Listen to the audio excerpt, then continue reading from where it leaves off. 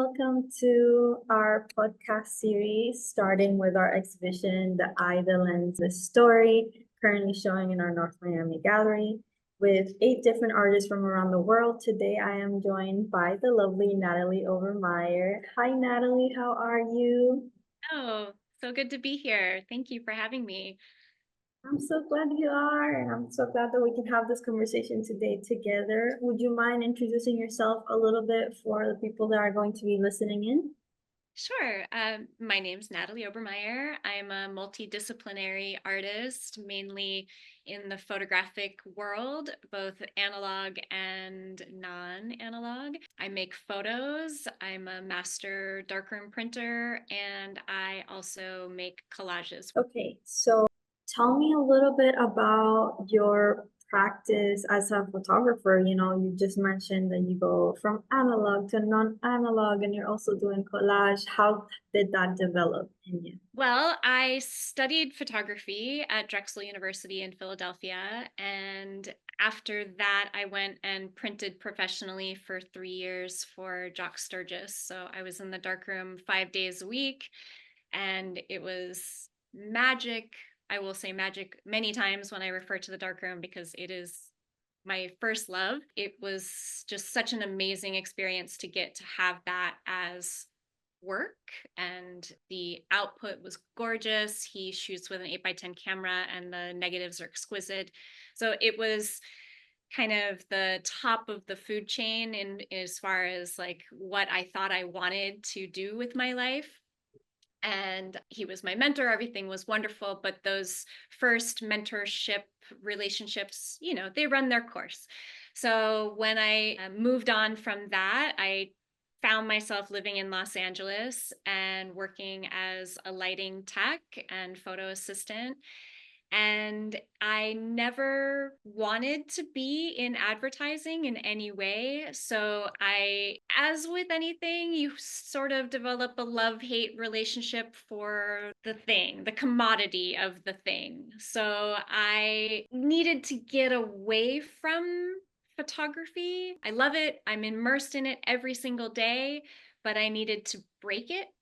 So collage was my gift to myself to cut and destroy and try new things, have experimentation in a way that I don't get in my field. I'm a master in what I do. So when you get to that certain level of expertise, you're going through the motions to some degree and you know what to expect. So there's very little magic in that.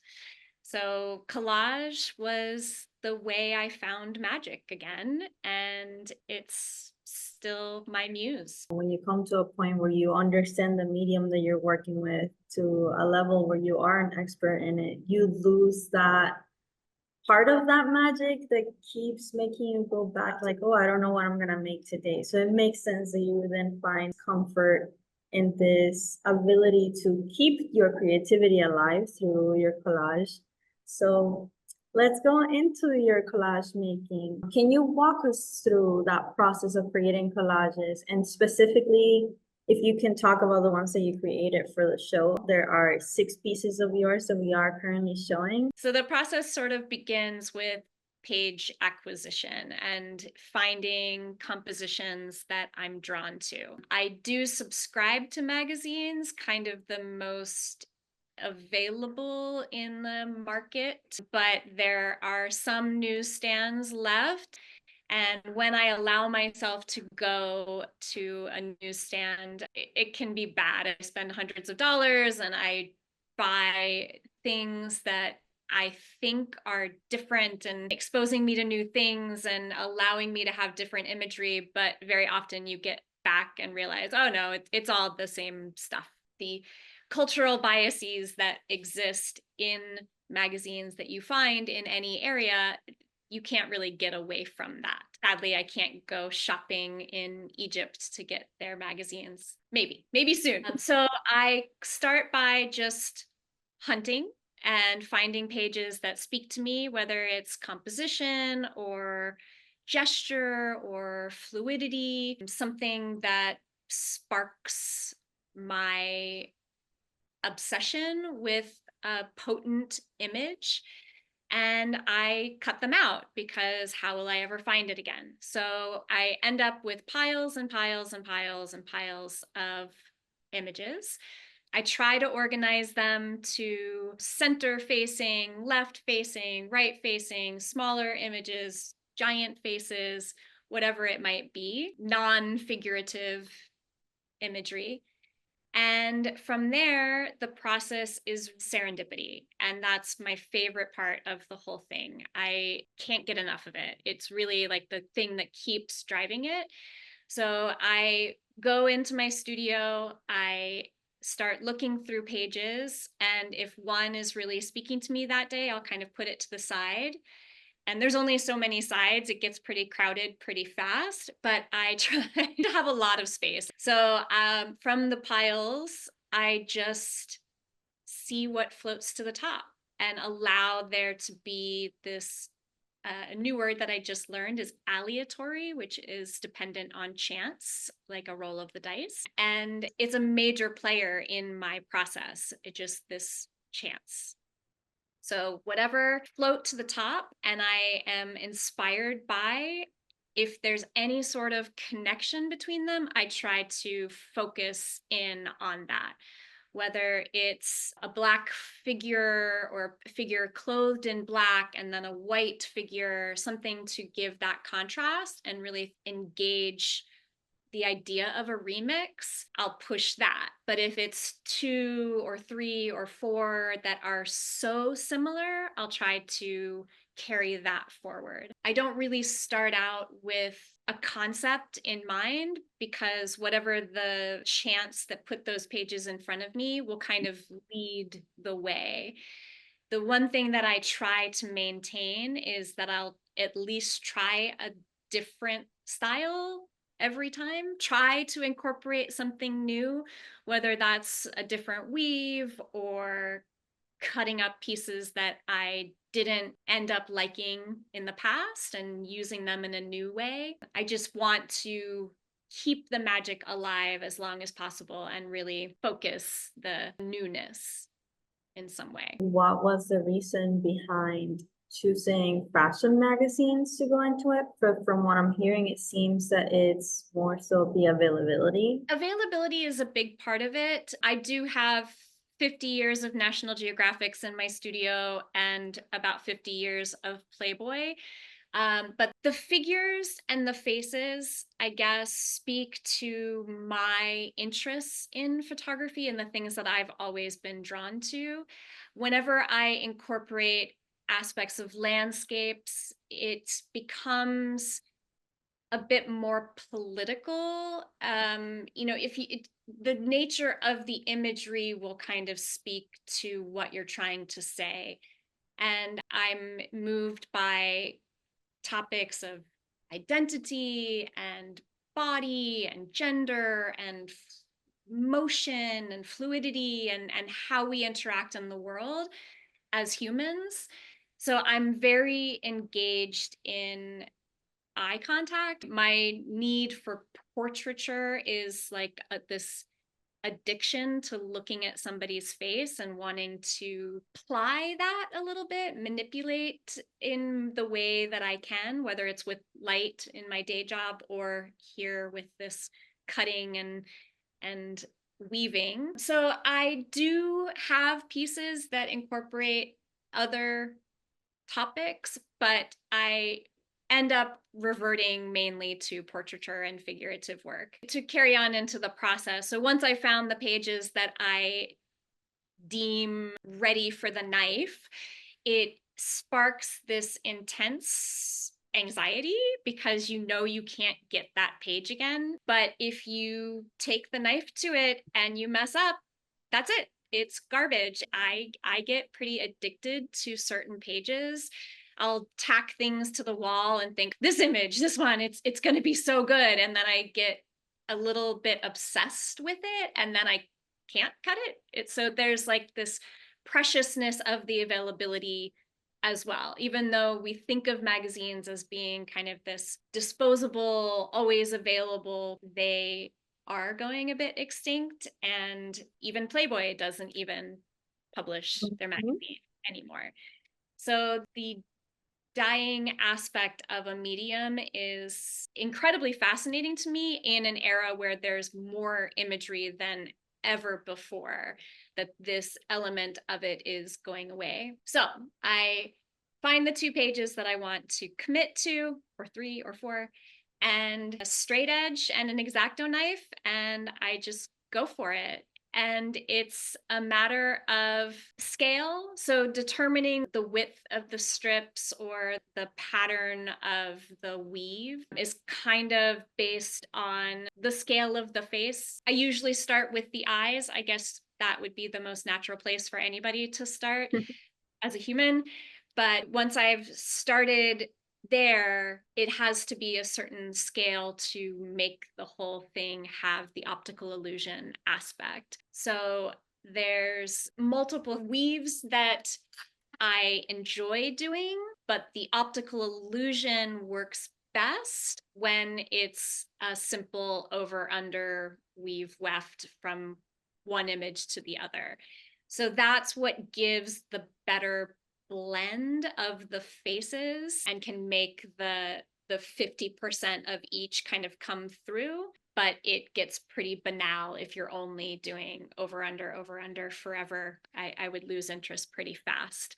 So I try to blend and use different weaves. Like this one, the main body is over under, but then the rest of it is, I don't know the names of weaves because I don't come from a textile background in any way. I've just sort of faked my way into it. But yeah, anything to get a pattern and a repetition that's exciting to me. How was it that you started looking into weaving as something to incorporate in your collage? I know you just said that you are not really someone that works in textiles, so you've had to work your way through it. How was it that you ended up incorporating it into your practice to create that optical illusion that you're so good at? Completely stumbled onto it. I didn't know that paper weaving was a thing at all, and it was just a natural thing to be doing for me. I'm a Virgo. I do like to express that. I'm very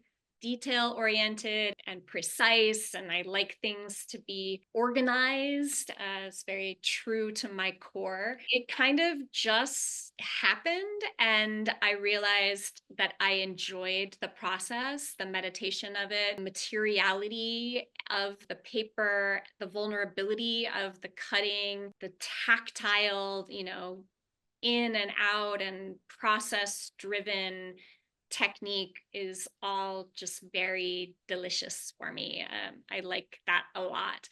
Whereas with traditional collage, it's just like placing. I'm certainly not knocking. I have pieces that I can share with you that are not woven, but there's a different process to it. And the weaving allows for this discovery that I don't know what I'm going to get most of the time when I start the weave. I can envision a little bit, but I am always surprised by some element that sneaks up on me. So it ended up being something that you fell in love with versus just the placing that happens traditionally with collage. Just the weaving ended up highlighting parts of your personality.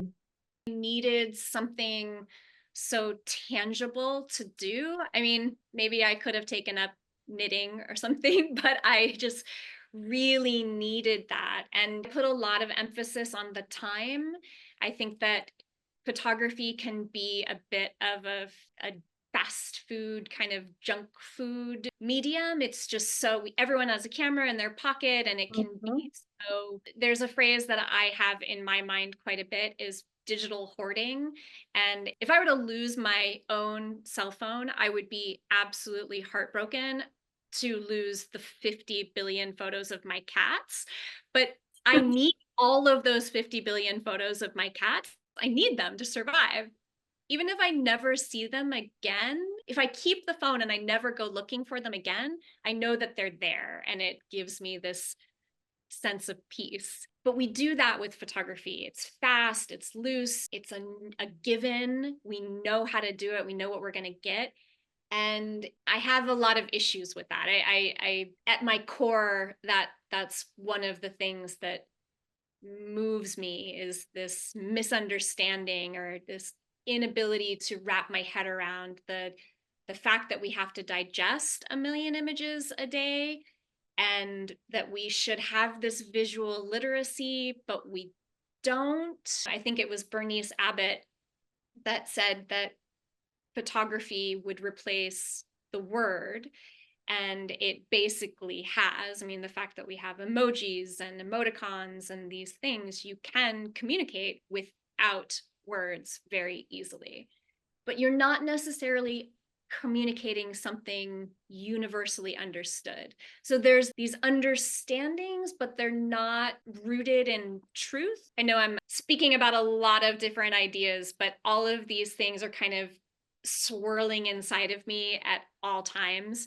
And with the oncoming wave of AI and how to still be an artist in the world that will be run by robots, I'm terrified, but also very fascinated by how we will transition to that, what that looks like, how that invades our life and changes things.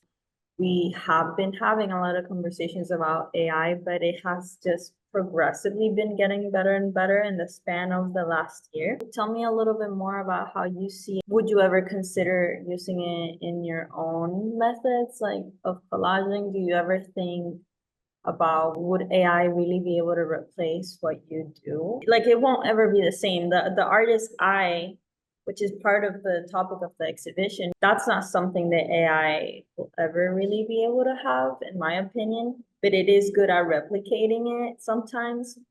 What's your perspective on that? Well, various things. The thing that has connected me to this medium of collage and weaving is the analog nature of it.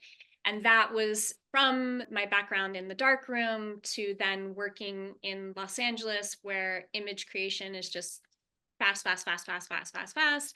And it's digital and then you can reprint it a million times over, change it however you want, but it's always going to be identically printed. That kind of mass production aspect is what was really kind of killing the joy for me. So to get to an analog, handmade, slowed down, human element craft was really enticing. That's a big part of what drives me, all of me. So the initial ideas about AI really were disgusting to me, and I don't want anything to do with robots. And I even have a piece called Fear of Robots. I think it's an intrinsic fear as an artist. But I am also fascinated by the people that I've seen doing it successfully. The Getty just purchased a portrait from a Costa Rican artist. It's the first AI made photograph that they have in their collection.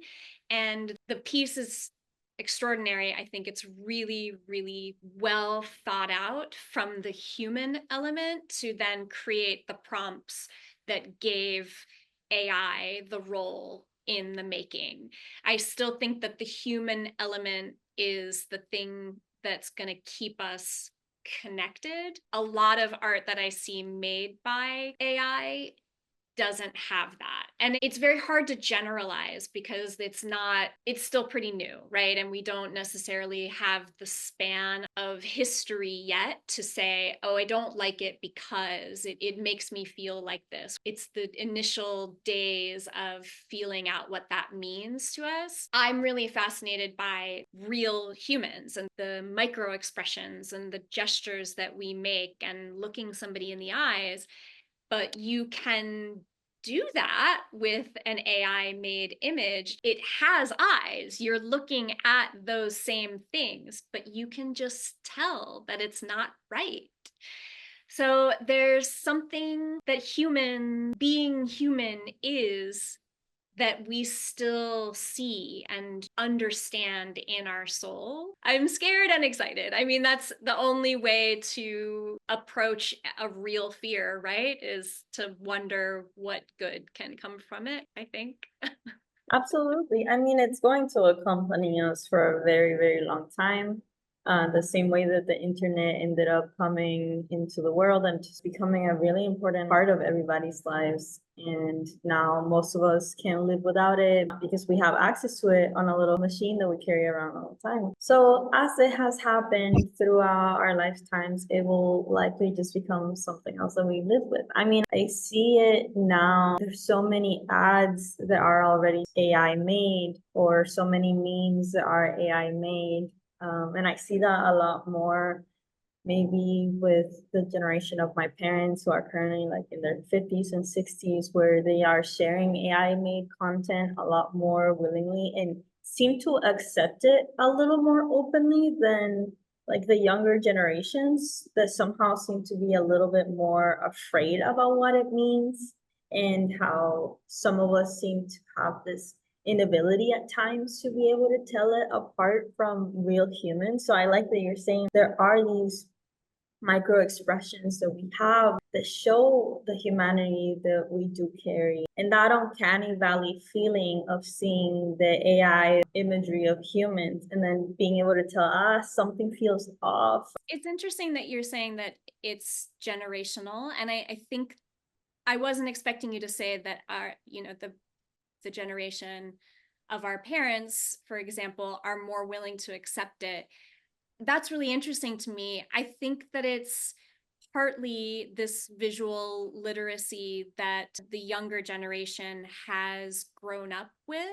So kind of have an innate understanding of both design and composition and what is aesthetically right, whereas that the older generations don't have quite the same relationship to it.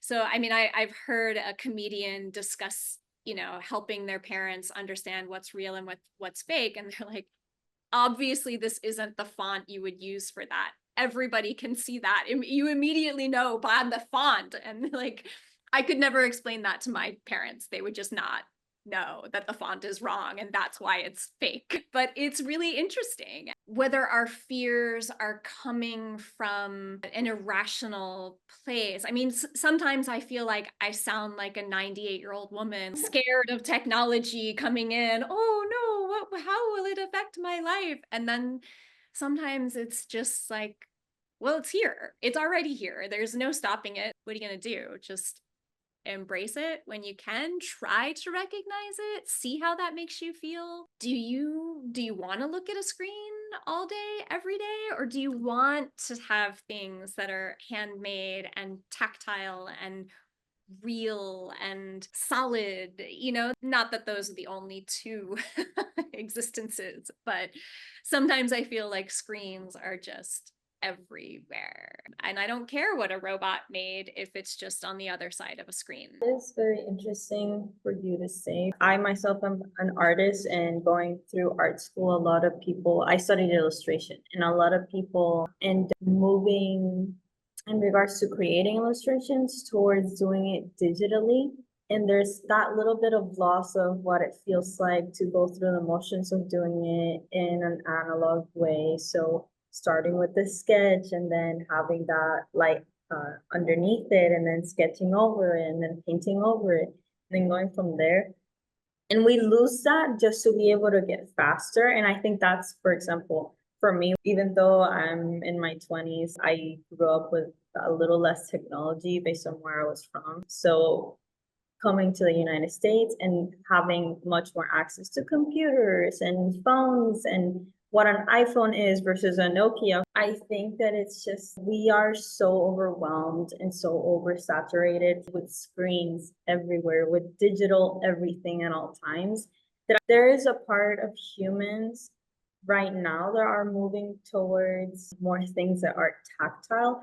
At least I feel like I'm seeing a shift towards, let's touch some grass, like let's be present in the real world. And while we can still work alongside technology and enjoy the benefits of technology, I think we need to start this process of coming back into our bodies and into the world and enjoying the things that are not just made digitally and are part of just the natural world, and hope that we continue to see a little bit more of that shift, and we can still embrace AI as part of our new age. But I think that shift will still be there. I think that want for human connection will still be there. Tell me, do you view these collages as abstractions or portraits only, or this like space in between? They're definitely existing in a space in between. And when I realized what was working and what I was drawn to, I realized that I'm taking on photography as the subject and object. So I wanted to call attention to the tropes and the repetition and the fact that we all as artists want to believe that we've stumbled onto something that no one else has ever done before. It probably has been done before, but there's this ego element that makes us think, oh, this is it, and it's incredible, and it's mine. This ownership aspect that is kind of inherent. I think you have to be a little bit crazy to be an artist. You have to kind of drink your own Kool-Aid to some degree and really believe that you're making something that no one has seen before, but often you know that that's maybe not true.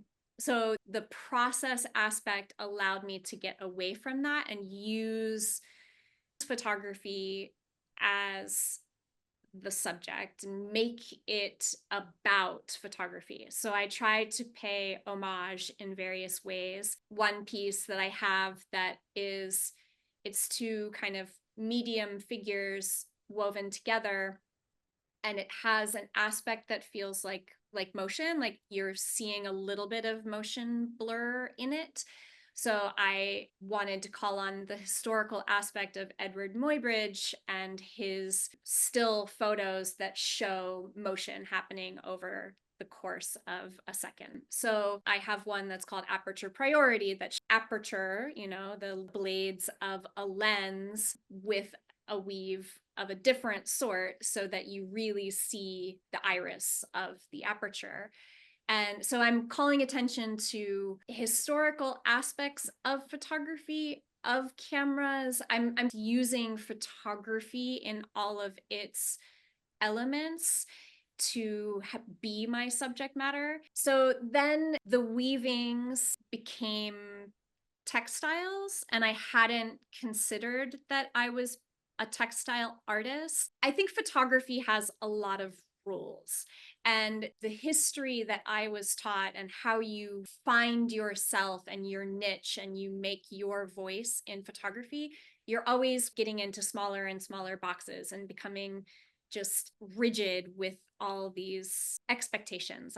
And in breaking those things down to the core, I discovered that I can actually be a participant in any art form. I don't have to only exist in this photo mindset.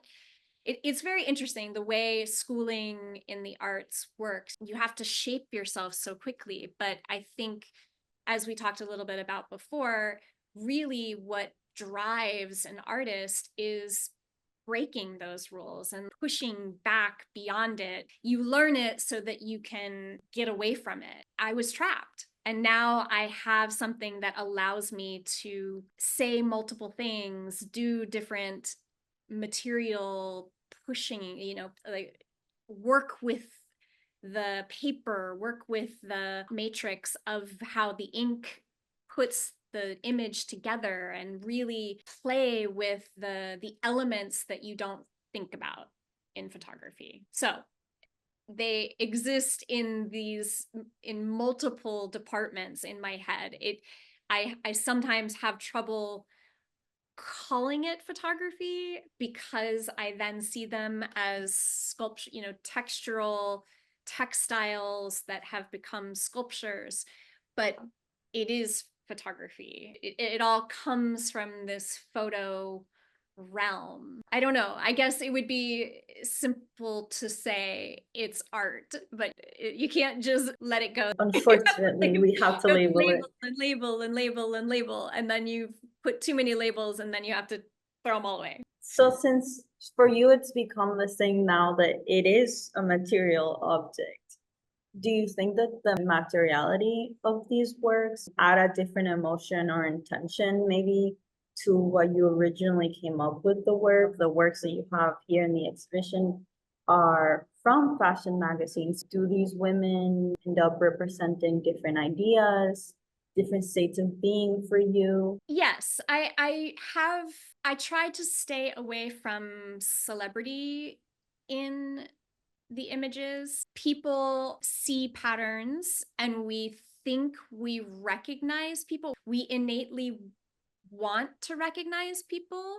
So often when I've made a weaving of two faces, people think, I know who that is. There's this desire to know them, which I'm really fascinated by. And so I have this piece, Forced Anonymity, where I deliberately took the eyes. I didn't want the connection of the eye. So there's the lowered lids on the one model, and the other one, the eyes are closed. So then you're forced to look at the figure instead of trying to kind of look into the soul, for lack of a better term. I want to take away that celebrity worship and take away the cultural expectations of the perfect physique and the perfect outfit and the things that they're trying to tell us to buy.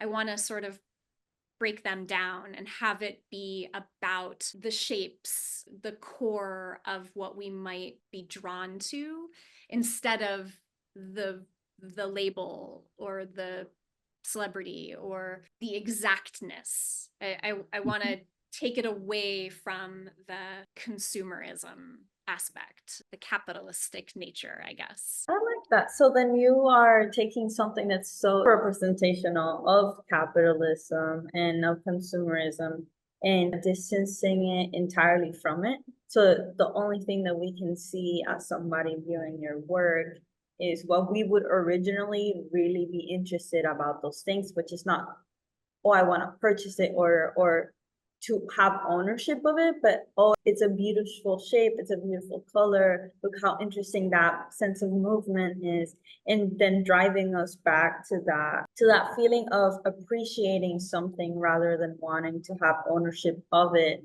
because it means something that we have it. Let me ask you then this last question, since we kind of landed here already. What would you want people to see from your work? I hope that it shows the craft and time. That kind of speed of photography is very counter to what I'm about, and I want the viewer to engage with the process and see that it's hand worked and manipulated by a person. I really think that it's the time that we give an object a soul, to give it something, give it a life. And the throwaway nature of a page can be worked to be something slightly more permanent. And a textile, I mean, I love the unexpected, you know, clothing, cloth, materiality bringing me full circle to magazine pages becoming a textile. So it's very cyclical. And as you explore a subject and explore whatever you're working towards with your art, you know, when you slash it and break it and cut it up and fight the conversations going on in your head, you ultimately still are going to come back on yourself. I can't get away from that, the portraiture and the figurative nature of those are things that I like to look at. The artistic process and the need to make. And ultimately, I hope that people just find them engaging and bright and fun. I think they're exciting to look at. And when you can realize that that's three faces woven together, it's really interesting. Why do we have these tropes? Why are these norms so prominent? Why do we continue to take the same photos again and again and again and again to sell things? I don't know. Maybe that sort of answered the question. No, I love that part, especially where you just said now, like, oh, why do we have these very repetitive tropes of the same exact picture to sell the same exact things, but they're by completely different brands sold in different spaces? It is that, oh, this works and we need to make fast. So just make it, make it, make it. That repetitiveness talks about that. Overconsumption talks about how fast these things are made by contrasting it with a process that takes so much time, that takes so much effort, and that includes your hands and your eyes and your talent. Natalie, thank you so much for today's talk, for sharing so much about your work and your practice, and for being you. To anybody that did join us today and did listen, I hope that you go ahead and check out more of Natalie's work and check out the exhibition page on our website, and just staying tuned with us through our newsletter and our Instagram page as well. Thank you so much. I had a wonderful time talking to you.